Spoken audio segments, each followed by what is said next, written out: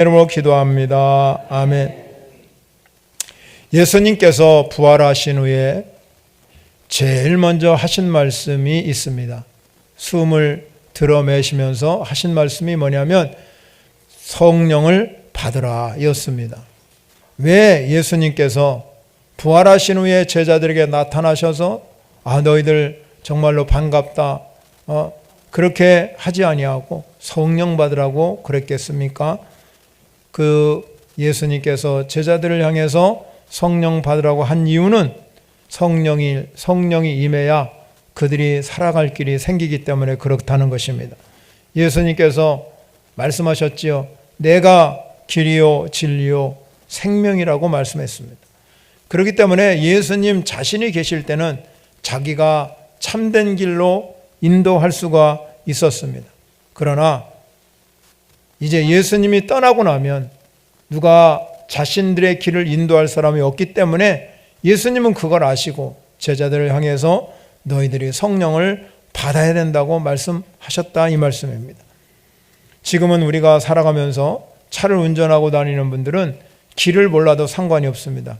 왜냐하면 내비게이션이라는 아주 중요한 것이 있기 때문에 내비게이션만 키면 모든 것이 자 목적지까지 어떻게 데려다 둔지 간에 데려다 줍니다. 우리 인생도 마찬가지입니다. 왜 많은 사람들이 세상을 살아가면서 방황하게 됩니까? 참된 길을 모르기 때문에 그렇다는 것입니다. 만약 여러분들이 참된 길을 알게 되면 분명한 목표를 가지고 절대로 흔들리지 아니하고 확신을 가지고 그 길을 가게 될 것입니다. 예수님이 이 땅에 오셔서 십자가에 죽으시고 부활하시고 하늘로 올라가신 이유가 우리가 이 세상을 살아가면서 어떻게 하든지 간에 참된 길, 내가 길이요 진리요 생명의 길로 인도하기 위해서 예수님이 승천하시고 우리에게 성령을 보내주셨다 이 말씀입니다. 예수님이 자신을 떠나고 성령을 우리에게 보내주시면서 우리에게 말씀한 지난 시간에 말씀드렸는데 세상 끝날까지 내가 너와 함께 할 것이다. 세상에서 우리가 여러 가지 고난과 환난과 어려움과 역경을 당하지만 예수님은 환난을 당하나 담대하라 내가 세상을 이겼노라. 예수님이 세상을 이기셨기 때문에 예수님이 우리에게 성령을 보내주셔서 성령과 함께하게 되면 우리는 늘 세상을 이길 수 있는 능력을 받게 된 줄 믿으시기 바랍니다. 왜 우리가 성령과 함께 살아야 되는가? 왜 우리 안에 성령이 임하셔야 되는가 하는 이유가 무엇입니까? 인간에게는 두 가지 약점을 가지고 있습니다.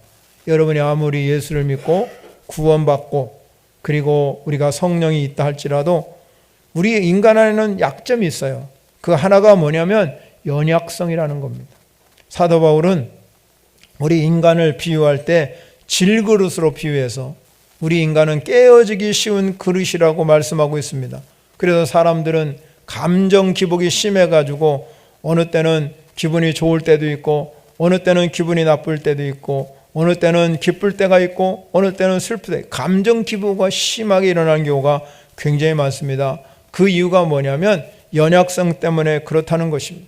그래서 우리 이 연약한 질그릇 안에 보배를 담아야 된다고 사도 바울은 말하고 있습니다. 여러분 보배 대신 예수 그리스도를 이 질그릇에 담으면 보배로운 질그릇이 된다 이 말씀입니다. 여러분 보배로운 질그릇 하나님께서 우리 예수 믿는 사람을 가르쳐서 보배로운 백성이라고 말한 것처럼 보배 대신 예수님을 우리 마음 가운데 담아야 됩니다. 그러면서 우리 마음은 성전이기 때문에 이 마음 속에 예수 그리스도를 담는다 뜻은 성령님이 내 안에 오셔서 성령님과 함께 사는 것이 예수 그리스도를 보배로 담는 것이라 이 말이에요.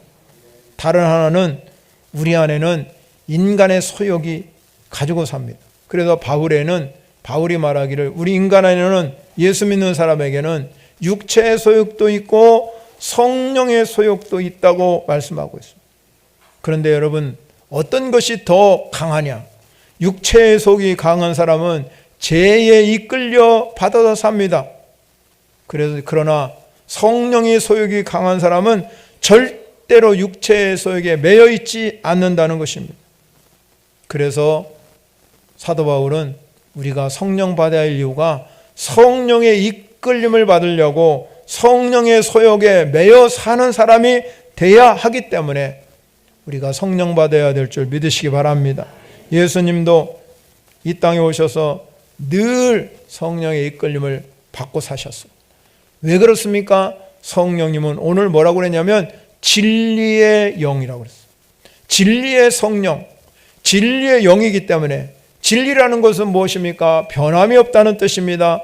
세상은 변하고 사람은 변하고 만물은 변할다 할지라도 변하지 않는 것이 진리라 이 말입니다. 진리이신 성령님은 절대로 변함이 없기 때문에 우리를 다른 곳으로 인도하지 아니하고 진리로 인도하는 줄 믿으시기 바랍니다. 그렇기 때문에 우리가 성령을 받아야 성령의 인도를 받을 수 있습니다. 인간이 창조될 때 하나님께서 흙으로 사람을 만드셨다.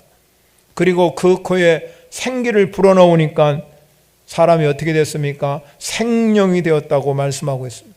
생명이 되었다는 것은 우리 사람이 영적인 존재로 거듭났다는 것입니다. 그런데 여러분, 죄가 들어오면서 이 영적인 존재를 상실하고 살았습니다. 그런데 성령님이 우리 안에 오시니까 우리가 영이 회복되어서 그 생기를 불어넣은 것처럼 영적인 존재로 거듭나게 되었다는 것을 믿으시기 바랍니다. 그래서 우리가 이 영적인 존재가 되었다는 것은 늘 성령님의 인도를 받고 성령의 이끄심을 받고 살아가는 존재가 되었기 때문에 여러분, 무엇보다도 우리가 성령이 우리 안에 오시도록 늘 환영하시고 영접하는 성도 여러분이 되시기를 바랍니다. 그러면 예수님이 돌아가시기 전에 왜 성령님을 이토록 강조했을까? 왜 성령을 받아야 한다는 것일까? 하는 것을 오늘 본문을 통해서 우리가 몇 가지 조명해 보겠습니다. 첫 번째는요, 성령님이 오시면 우리 모든 성도들에게 유익하기 때문에 그렇다는 거죠. 7절 말씀에 보면 주님은 자신이 떠나신 것과 관련할 때 근심하는 제자들을 향해서 말씀하기를 내가 떠나는 것이 너희에게 유익이라고 말씀하고 있습니다. 왜 유익이 됩니까? 예수님이 우리가 영원히 함께 있어야 그것이 제자들에게 유익인데 자신이 떠나는 것이 유익이다 이렇게 말했습니다. 그 이유는 바로 자신이 떠나가야 성령님이 오시기 때문에 그런 거죠. 성령님이 오셔서 우리에게 성령님을 부어주시는데 그 성령님은 능력으로 부어주신다는 것입니다. 제자들과 이 함께 예수님이 있을 때는 제자들이 주님의 주신 능력을 행했습니다. 귀신도 쫓아내고 병든 자도 고치고 기뻐했습니다. 마태복음 10장 1절에 가면 예수께서 그의 12 제자를 부르사 더러운 귀신을 쫓아내며 모든 병과 모든 약한 것을 고치는 권능을 주시니라. 그렇게 권능 받아가지고 그들이 열심히 가서 복음 증거하고 귀신 쫓아내고 질병을 고치고 살았습니다. 그런데 여러분, 예수님이 십자가에 못 박혀 돌아가시기 전에 붙잡혔잖아요. 이 붙잡히니까 제자들이 하루아침에 그 능력을 다 상실해버리고 두려워 떨면서 주님을 배반하고 주님 곁을 다 떠나갔습니다. 그래서 예수님께서는 이 십자가를 통해서 자신이 죽고 떠나는 것이 여러분 성령을 보내신 이유라는 것이죠. 예수님이 만약에 거기에서 떠나가지 아니하면 성령을 보내주시지 않는다는 것입니다. 성령이 보내주셔야 우리는 그 성령님 안에 계신 주님의 능력을 힘입어서 우리가 이 땅에서 능력을 행할 수 있는 줄 믿으시기 바랍니다. 그래서 사도행전에서 오직 성령이 너희에게 임하시면 너희가 권능을 받는다. 권능을 받는다고 분명히 말씀했습니다. 그래서 제자들이 모여가지고 오순절 이후에 그들이 성령 받고 나니까 삶이 달라지기 시작했습니다. 하나님 앞에 변화되고 헌신되고 충성된 이 놀라운 일들이 증거되기 시작했습니다. 그렇기 때문에 주님이 떠나심으로 말미암아 보혜사이신 성령이 오심을 통해서 모든 성도들이 다 하나님의 권능을 받아서 세상에 나가서 복음 사역을 감당하기 때문에 땅끝까지 복음을 증거하는 이 복음의 능력이 오늘도 우리에게 임한 줄 믿으시기 바랍니다. 이 성령의 임재를 통해서 이 제자들이 얼마나 놀라운 변화가 임했는지를 우리는 사도행전을 통해서 생생히 목격할 수 있습니다. 그들이 성령 받은 후에는 인격이 달라졌습니다. 삶이 달라져 모든 면이 열정이 회복되고 날마다 모이기에 힘쓰고 서로 나눠주는 일을 여러분 하고 자기 있는 모든 걸 팔아서 여러분 가난한 사람에게 주고 이 모든 삶의 변화가 오직 성령이 그들에게 임하니까 그들에게 증거가 뒤따라 왔다는 거죠. 그뿐 아닙니다. 베드로가 성령 받으니까 그가 예수님을 부인하던 그 베드로가 성전 미문에 앉은 구걸하는 걷지 못하는 장애인을 내가 은과금은 없지만 나사로 예수의 이름을 명하노니 일어나 걸으라. 그러니까 걸어놨다. 뻘떡 일어났다 이 말이에요. 이건 누구의 힘입니까? 베드로의 힘이 아니라 성령의 힘인 줄 믿으시기 바랍니다. 바울과 바나바도 복음을 전도하다 루스라라는 곳에 가가지고 장애인을 만나게 되죠. 예수님의 이름으로 그 장애인을 뻘떡 고쳐주시는 기적이 일어나게 되었습니다. 여러분, 바울과 바나바나 베드로가 능력이 많아서인 게 아니라 성령이 그에게 임하니까 귀신도 쫓아나고 병든 자도 치료되는 줄 믿으시기 바랍니다. 오늘도 똑같이 여러분 베드로에게 역사하신 성령님, 바나바 바울에게 역사한 성령님도 오늘 우리에게 역사하는 줄 믿으시기 바랍니다. 동일하게 사도행전에 일어난 이 사건이 오늘 우리 현장에서 여전하게 일어나는 일인 것을 아셔야 된다는 겁니다. 예수님이 떠난 이유가 바로 여기에 있습니다. 우리에게 유익을 주기 위해서. 그 유익은 뭡니까? 우리가 성령님과 함께 사는 여러분에게 하나님의 능력이 우리 가운데 임하게 되는 줄 믿으시기 바랍니다. 하나님의 능력이 임하면 여러분이 정말 그 능력을 힘입어서 우리는 예수의 이름으로 귀신도 쫓아내고 병전다도 고치고 저런 믿지 않는 영혼들에게 복음을 주니까 이렇게 신기하게 복음이 증거되는 은혜의 역사가 일어나는 것은 내가 말을 잘해서 그런 것이 아니라 성령님이 동일하게 현장에 역사하기 때문에 그렇다는 것입니다. 그러므로 여러분 우리가 성령이 임하면 내가 유익을 받게 되는 거지요. 즉 말하자면 여러분이 이 성령의 역사를 경험하면 우리 안에 성령님을 통해서 하나님이 하나님 되심을 인정하게 되어 있습니다. 아, 하나님이 나의 아버지시구나 인정이 되는 겁니다. 성령님이 내 안에 오시면 아, 천국이 내 안에 거하고 있구나 하는 걸 인정하는 겁니다. 그런데 성령님이 여러분이 임재하지 못하면 여러분이 오늘 이 시간에 오셨지만 불확실한 믿음을 갖고 사는 거예요.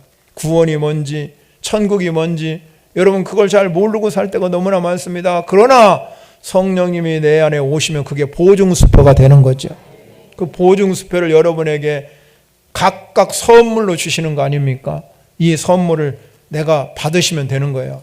아멘으로 받으시면 성령님이 여러분 안에 오셔서 성령님과 늘 함께 하셔서 내가 삶을 살아가면서 하나님이 지혜도 주시고 권능도 주시고 놀라운 능력을 행하도록 역사하게 하시는 줄 믿으시기 바랍니다.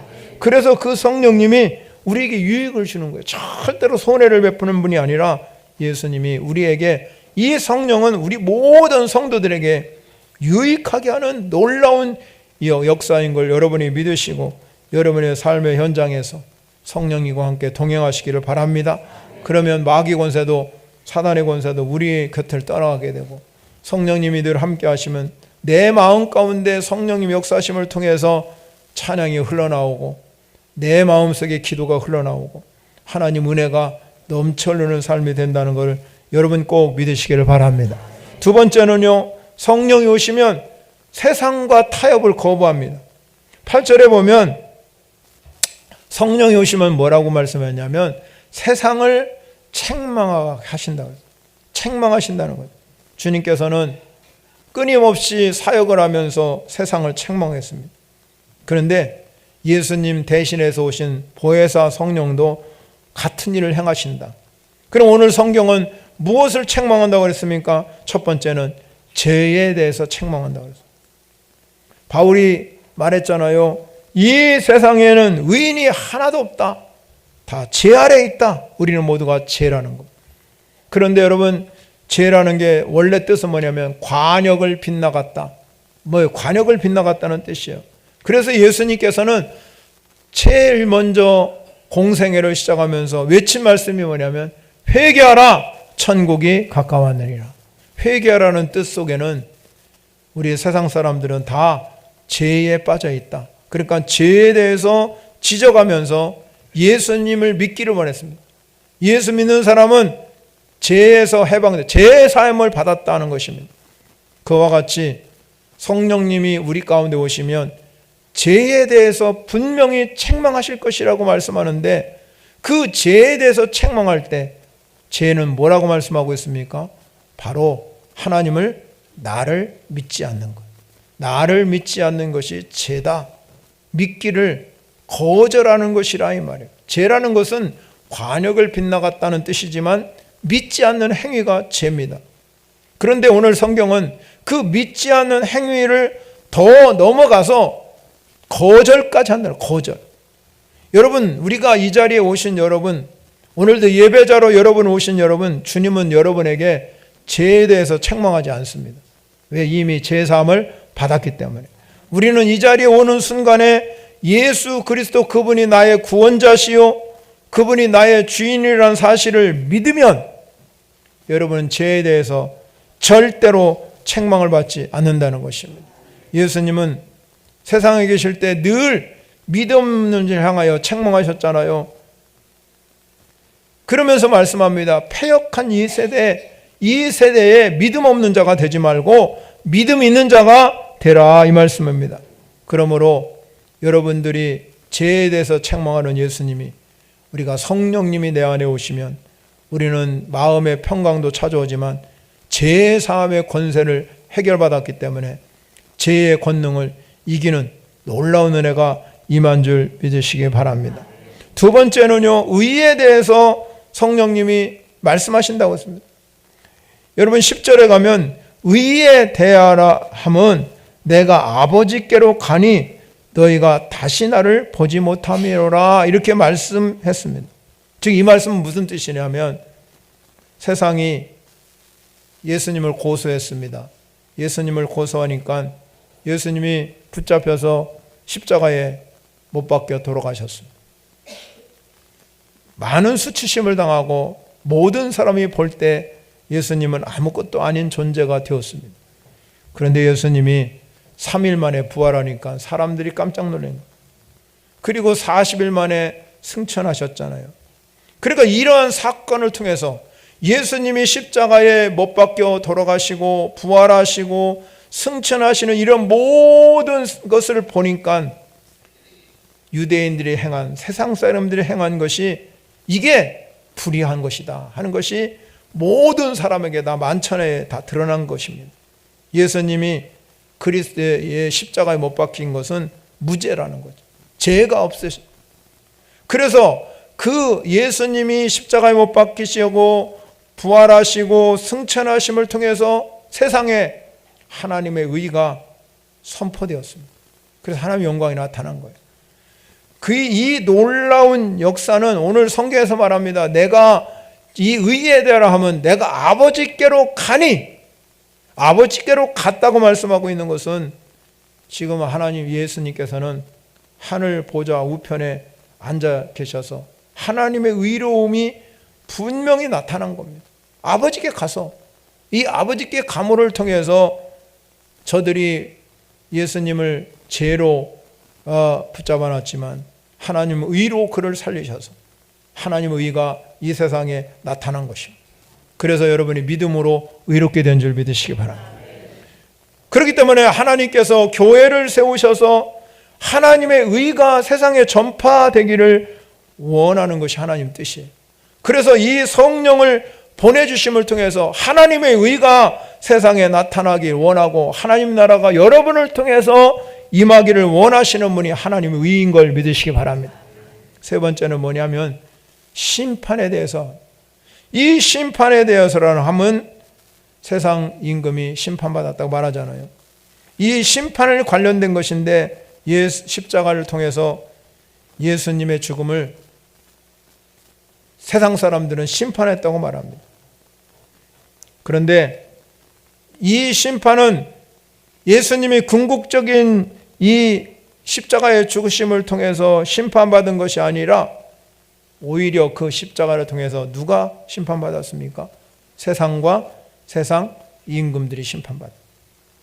그런데 여러분, 진리의 성령이 이 세상에 오면, 예수님이 떠나가면서 이 진리의 성령이 오시면 세상에 잘못된 통치를 하고 있는 이 사단인 이 세상의 임금, 이 세상의 임금을 하나님께서 멸할 것을 약속하셨다는 겁니다. 교회를 왜 세우셨습니까? 교회를 세운 이유가 딱 한 가지입니다. 음부의 권사가 이기지 못하기 위해서 교회를 세우셨어요. 그러면 여러분, 음부의 권세가 세상을 꽉 사로잡고 있을 때 예수님이 오늘 심판을 이미 이 세상 임금이 받았다는 겁니다. 예수님이 이 땅에 오셔서 하신 말씀이 뭡니까? 마귀 권세를 멸하려고 오셨다고 그랬어요. 그렇다면 이미 이 세상 임금이 심판을 받았다. 사단 권세는 이미 성령에게 굴복할 수밖에 없습니다. 마귀 권세를 깨뜨릴 수 있는 능력을 성령님 우리에게 부어 주셨다 이 말이에요. 그러면 우리는 마귀 권세를 깨뜨릴 수, 예수의 이름으로 명하면 마귀 권세가 물러갈 줄 믿으시기 바랍니다. 그래서 여러분, 로마서에 말하기를 뭐라고 말씀하냐면, 바울이 너희가 주 안에서와 그의 힘의 능력으로 강건하여 져가지고 마귀의 간계를 능히 대적하기 위하여 하나님의 전신갑주를 입으라고 말씀하고 있는 거예요. 그리고 우리의 싸움은 혈과 육에 대한 싸움이 아니라 악한 영, 마귀의 권세를 깨트리는 능력을 성령님 우리에게 부어주셨어요. 그래서 죄에 대해서, 의에 대해서, 심판에 대해서 성령님이 역사하는 겁니다. 그 중심에는 이 죄에 대해서, 의에 대해서, 심판에 대해서는 세상에서 보암직하고 먹음직하고 우리가 또 그 정욕으로 쓰려는 그런 마음, 그런 소욕, 육체의 자랑, 그런 것들을 다 물리치고 깨트리고 성령님은 우리를 통해서 올바르게 일하도록 여러분을 통해서 마귀 권세가 깨트려지는 은혜의 경험이 일어나기를 바랍니다. 여러분, 그것이 바로 이 죄에 대해서, 의에 대해서, 심판에 대해서 주님이 증거하는 성령님이 역사한 줄 믿으시기 바랍니다.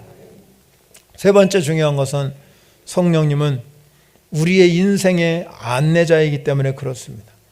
13절에 보면 우리에게 성령님이 오신다, 성령님이, 진리의 성령님이 오시면 두 가지의 중요한 것을 이야기합니다. 하나는 뭡니까? 우리의 성도들을 진리 가운데로 인도하신다는 거예요. 진리 가운데. 우리 중에 누가 주의 이름을 부르면서도, 우리가 예수 그리스도가 그분이 나의 구세주다, 주인이라고 부르면서도 진리 가운데 행하지 아니하면 그분은 하나님의 자녀가 아닌 거예요. 여러분, 만약에 우리가 하나님의 자녀라고 믿으면 우리는 진리 가운데 행하는 사람이 되어야 될 줄 믿으시기 바랍니다. 그래서 우리가 하나님 말씀을 보는 겁니다. 왜? 하나님 말씀이 진리이기 때문에.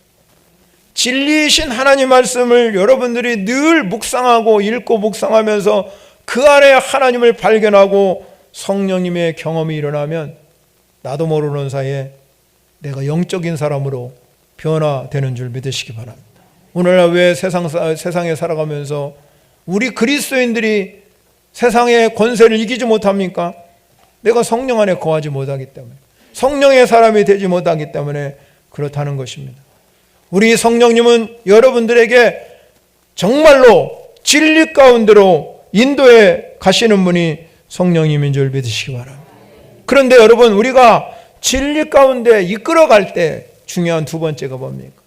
장래일을 알게 하신다. 장래.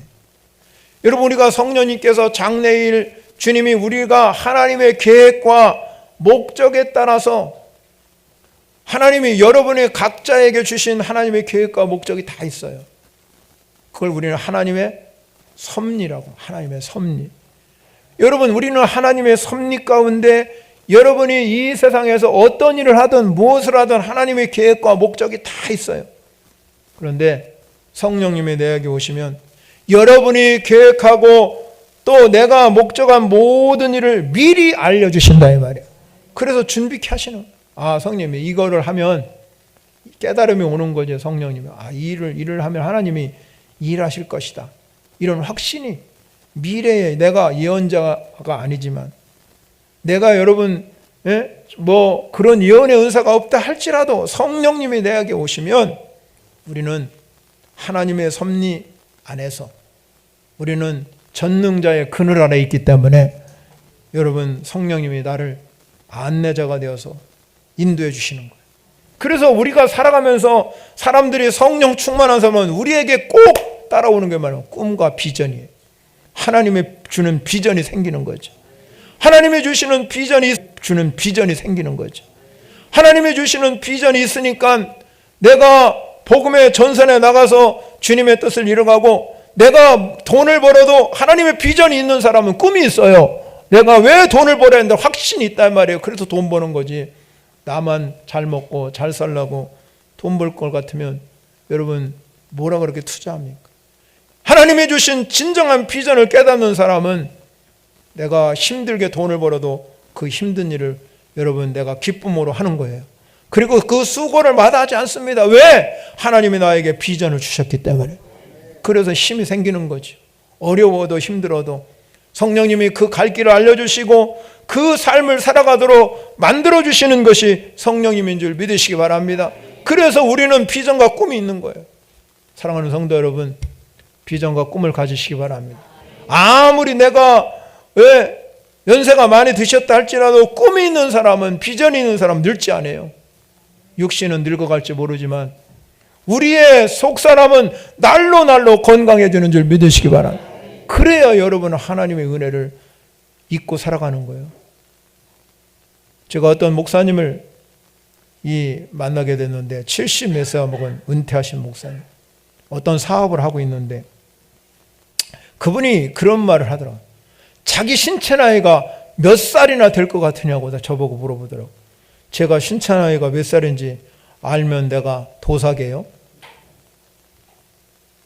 그랬더니 자기가 얘기하는 거예요. 자기가 병원 가서 검사하는 거 말고 진짜 신체 나이를 병원 가서 다 검사해보면 제가 지금 75세가 넘었는데 자기 신체 나이가 28이래요. 여러분, 그분이 얘기합니다. 자기는 앞으로 20살로 신체 나이를 줄인다는 거예요. 자기가 나이가 먹어갈수록 이렇게 자기 나이를 줄여갈 수 있다는 거예요. 사랑하는 성도 여러분, 주님이 주신 비전과 꿈을 가진 사람은 내가 아무리 연세가 많다 할지라도 신체 나이 줄일 수 있어요. 하나님의 능력 주시는 자 안에서 내가 모든 걸 할 수 있고, 바울이 말하잖아요. 내게 능력 주시는 자에서 나는 모든 것을 할 수 있다고 고백하잖아요. 능력 주시는 자가 성령님이에요. 성령님이 내 안에 오셔서 여러분에게 꿈과 비전을 일으키면 내가 아이고 연세가 많은데, 그런데 안 그렇대요. 여러분 가서 병원 가서 나 신체 나이를 한번 알게 해주시죠. 그러면 다 검사해줘요. 피 검사만 한번 하면 쫙 나와버려요. 그렇기 때문에 여러분이 이 세상을 살아가면서 내 인생을 살아가면서 어떻게 살아가느냐, 우리는요, 성경이 이렇게 말해요. 영생을 가진 자다. 영생을 가지면 영생을 가진 자의 삶을 살아가는 거예요. 영생을 가진 자의 삶이 뭡니까? 성령님이 내게 주신 이 진리 가운데 인도하면서 내 삶의 모든 일들이 하나님의 계획 안에서 꿈과 비전을 이루어가며 사는, 성령님이 그 가운데 역사하심을 통해서 일하심을 보고 은혜를 경험하는 성도 여러분이 되시기를 바랍니다. 그래서 보혜사라는 뜻이 바로 나를 돕는 자라고 지난 시간에 말씀했는데, 이 말을 다른 말로 얘기하면 곁에 서서 돕는 자. 내 곁에 서서 돕는 자가 성령님이기 때문에 오늘도 다시 한번 반복해서 보혜사라는 말을 우리에게 말씀하고 있는 것은 진리의 길로 인도하면서 우리에게 진리로만 이르는 것이 아니라 장래일까지 우리에게 말씀해 주시기 때문에 여러분의 가는 길에 잘못 가게 되면 성령님이 말씀하시는 거예요. 성령님이 책망하시는 거예요. 그렇기 때문에 사랑하는 성도 여러분, 우리가 살아가는 세상 험난하고 죄악이 가득한 이 시대 속에서 우리가 할 일이 뭐냐? 성령 받아야 사는 줄 믿으시기 바랍니다. 성령 받았다 하면 고린도 교회에 나타나는 성도들이 생각할 때 성령의 나타나심, 성령이 나타나신 은사에 초점을, 한국 교회가 은사에 초점하죠. 그래서 여러분 환상 보고 예언하고 방언하고 그러면 성령 충만한 사람이라고 생각하잖아요. 아, 저 사람은 환상도 보고 예언도 하고 방언도 하니까 저 사람은 예수 잘 믿는다 착각하지 마세요. 신앙은 균형이에요. 균형이 중요해요. 한쪽만 바라보면 여러분 절대로 신앙이 성장하지 않습니다. 우리는 균형 잡힌 신앙생활을 해야 되는데 성령에 나타나시는 이 은사, 하나님이 여러분을 선물로 주신 게 뭐냐? 그 은사를 가지고 주의 일을 잘 감당하도록 여러분에게 은사를 주셨으면 아멘하고 받으시고 그걸 가지고 여러분 잘 활용하세요. 하나님 은혜 안에서. 그런데 그것만 중요한 게 아니에요. 성령님은 진리의 영이라, 오늘 진리의 성령이라고 말씀하고 있는데 진리의 성령님이 내 안에 거하시는 거예요.